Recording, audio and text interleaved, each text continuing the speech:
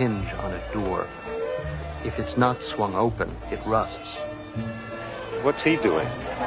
Moving.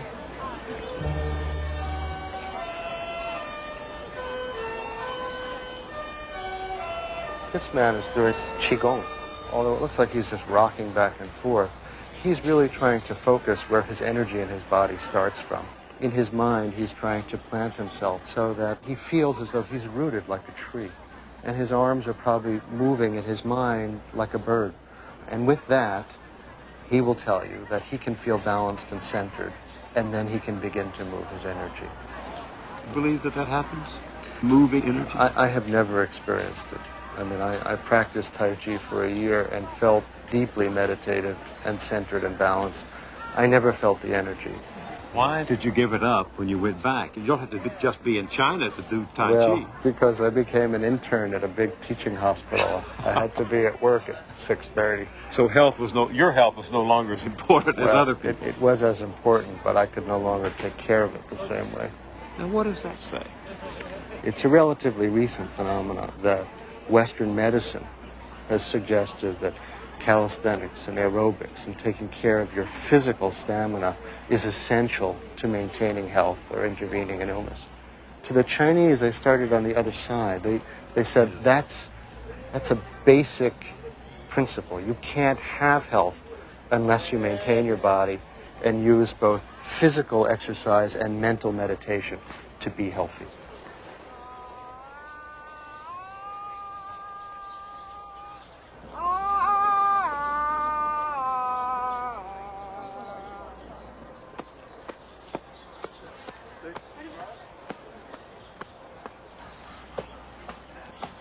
What this gentleman is doing, when I first saw it, looked so strange to me. He's doing what's called moving Qigong, walking Qigong. He's trying to meditate while he walks. He's walking, with a purpose to move his energy with every step. What's happening to his body while he's doing this medically? Do we know? Well, he's not getting a cardiovascular workout. I mean, it's not like he's on an exercise bike or a treadmill. But, this is one of the big questions. Do any of these martial arts change people physically enough to alter their disease or make them live longer? You ask me as a Western scientist, I don't know. But what I know is that there's hundreds of millions of people out in the fresh air every day and have been for 24 centuries with the belief that if they do these exercises, that's how they'll maximize their health.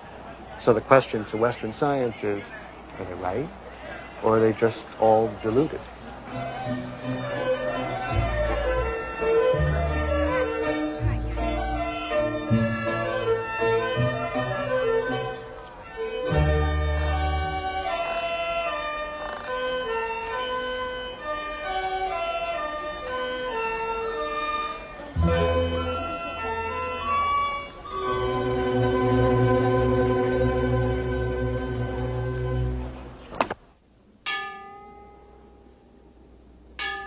I can see that although traditional Chinese medicine seems alien to Westerners, it does have something to offer our practice of medicine.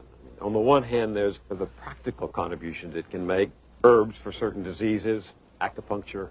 But there's another level that's becoming clear to me. To these people, it seems that health is not just the absence of illness, it's a philosophy of life. Right. The idea is that the way you live your life, your thoughts, your emotions, that's what shapes your health or your illness. That philosophy goes back a long way, doesn't it? Yes. Very, very long way. It's based in Taoism. And Taoism, this is a Taoist temple, the White Cloud Temple, built in 500 years ago. But, by the time this temple was built, the Taoist ideas of Chinese medicine had been practiced for 1,500 years. In the old days, the doctor was very much a teacher. It wasn't just somebody who felt pulses and gave herbs, but had to be a role model, had to teach somebody how to live in the society. Their role was to teach people the best way to live, and that would help their patients maximize their health. It's a very, it sounds rather odd, but it really raises the question, does the way you behave and the way you think and the way you feel Does that change your physical well-being? From the very beginning, 2,000 years ago, Chinese medicine said that is what changes health.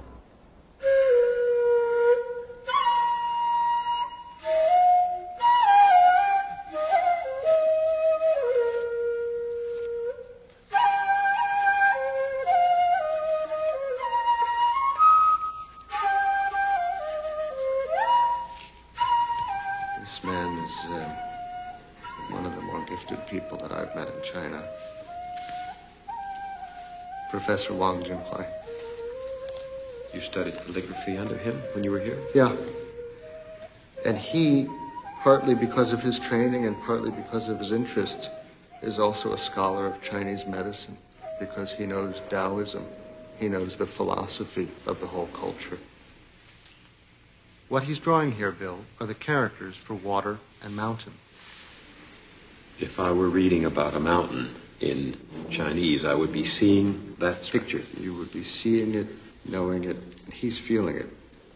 我写山，我好像我在山上；我写水，好像我就是水，好像我就是在水里边游泳。那么这样时间长了呢，就是这个入静、安静。当你入静，当你安静时，这个气呢，它在这个身体内部的这个运行啊，就是比较怎么说呢，顺利的，是流畅的。这个气在你的身上啊在走。所以你用气。所以我也用点气，但是这个气呢，跟那个一般我搬东西或者我做什么这样的这个不大一样，而是一种内在的这个。He has to control his qi like somebody doing the martial arts in order to get the meaning right. 就是中国的这个哲学啊，古代认为这个宇宙啊，它在没有宇宙之前就有元气。